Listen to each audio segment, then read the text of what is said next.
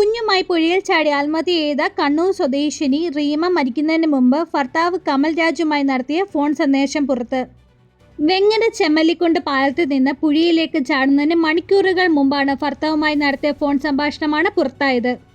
അവസാന നിമിഷവും ഭർത്താവുമായുള്ള പ്രശ്നം പരിഹരിക്കാൻ റീമ ശ്രമിച്ചു വരുന്ന ഫോൺ സംഭാഷണത്തിൽ നിന്നും വ്യക്തമാകുന്നുണ്ട്. കുട്ടിയെ ഭർത്താവ് കൊണ്ടുപോകുമെന്ന ഭയമാണ് സംഭാഷണത്തിൽ നിന്നും വ്യക്തമാകുന്നത്. പരസ്പരം ധാരണയിൽ പിരിയാം. ഭർത്താവിൻ്റെ അമ്മയാണ് ജീവിതം തോൽച്ചത്. അത്രയും വെറുത്തുപോയി. വിദേശത്ത് പോയി 1.5 വർഷമായിട്ടും കുഞ്ഞിൻ്റെ കാര്യം അന്വേഷിച്ചിട്ടില്ല. എന്നെ വേണ്ടാത്തയാൾക്ക് കുഞ്ഞിനെയും വേണ്ട. കുഞ്ഞിനെ കാണുവാൻ എന്ന് പറഞ്ഞിട്ട് വന്നിട്ട് പ്രശ്നമുണ്ടാകരുത് തുടങ്ങിയ കാര്യങ്ങളാണ് റീമ ഫോണിൽ കൂടി പറഞ്ഞത്. ഇനിയും വരും. അടി നടത്തണമെങ്കിൽ അടിക്കുകയും ചെയ്യുമെന്ന് ഭർത്താവ് ഭീഷണിപ്പെടുത്തുന്നുണ്ട്.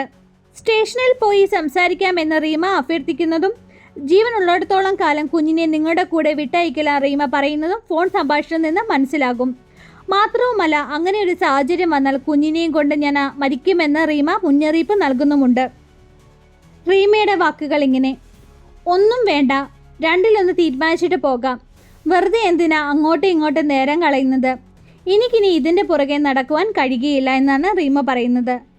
അതിന് കമൽരാജ് പറയുന്നത്, രണ്ടിലൊന്ന് തീരുമാനിച്ചോളൂ. സംസാരിക്കേണ്ട ആവശ്യമില്ലല്ലോ. നിങ്ങളുടെ തീരുമാനം ഫോണിൽ കൂടി പറഞ്ഞോളൂ.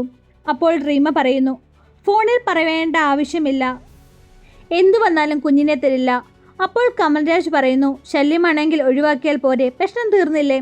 റീമ പറയുന്നു, അതിന് നിങ്ങൾക്കൊരു തീരുമാനം പറയണ്ടേ? കമൽരാജ് പറയുന്നു, തീരുമാനം എന്താ പറയേണ്ടത്? ഞാൻ കുട്ടിയെ കാണാൻ വരുന്നത് എന്താ പ്രശ്നം? റീമ പറയുന്നു, അമ്മയുടെ അടുത്തേക്ക് കുഞ്ഞിനെ അയക്കില്ല.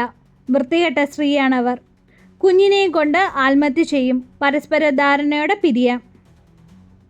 എന്നാൽ കമൽരാജ് കുഞ്ഞിനെ വേണമെന്ന് പറഞ്ഞ് വാശി പിടിക്കുന്നത് ഫോൺ സംഭാഷണത്തിൽ നിന്നും വ്യക്തമാകുന്നുണ്ട്. റീമയുടെ ആത്മഹത്യക്കുറിപ്പ് നേരത്തെ പുറത്തു വന്നിരുന്നു. തൻ്റെയും മകളുടെയും മരണത്തിന് ഉത്തരവാദി ഭർത്താവ് കമലും അമ്മായിമ്മ പ്രേമയുമാണെന്ന് കുറിപ്പിലുണ്ട്. അമ്മയുടെ വാക്ക് കേട്ട് തന്നെയും മകനെയും ഇറക്കി വിട്ടുവെന്നും കുട്ടിക്ക് വേണ്ടി തന്നോട് മരിക്കുവാൻ പറഞ്ഞുവെന്ന് റീമ ആത്മഹത്യക്കുറിപ്പിൽ സൂചിപ്പിക്കുന്നു. ഭർത്താവിൻ്റെ അമ്മ നിരന്തരം മാനസികമായി പീഡിപ്പിച്ചു. നാട്ടിലെ നിയമങ്ങളെ വിശ്വാസമില്ല. ഒരു പെണ്ണിനും നീതി കിട്ടില്ല തുടങ്ങിയ കാര്യമാണ് റീമ ആത്മഹത്യക്കുറിപ്പിൽ പറയുന്നത്.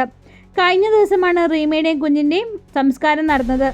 ഇത് കേൾക്കുന്ന എല്ലാവരോടും എനിക്ക് പറയാനുള്ളത്, മുന്നോട്ട് ധൈര്യത്തോടെ തന്നെ ജീവിക്കുക. ആത്മഹത്യ ഒന്നിനും പരിഹാരമല്ല. നമുക്ക് നല്ല വിദ്യാഭ്യാസമുണ്ട്. നല്ല ജോലി ചെയ്ത് ജീവിക്കാവുന്നതേ ഉള്ളൂ. ജീവിതത്തിൽ ഒരു പ്രശ്നം വന്നു എന്ന് വെച്ച് ജീവിതം അവസാനിച്ചു എന്നല്ല എൻ്റെ അർത്ഥം.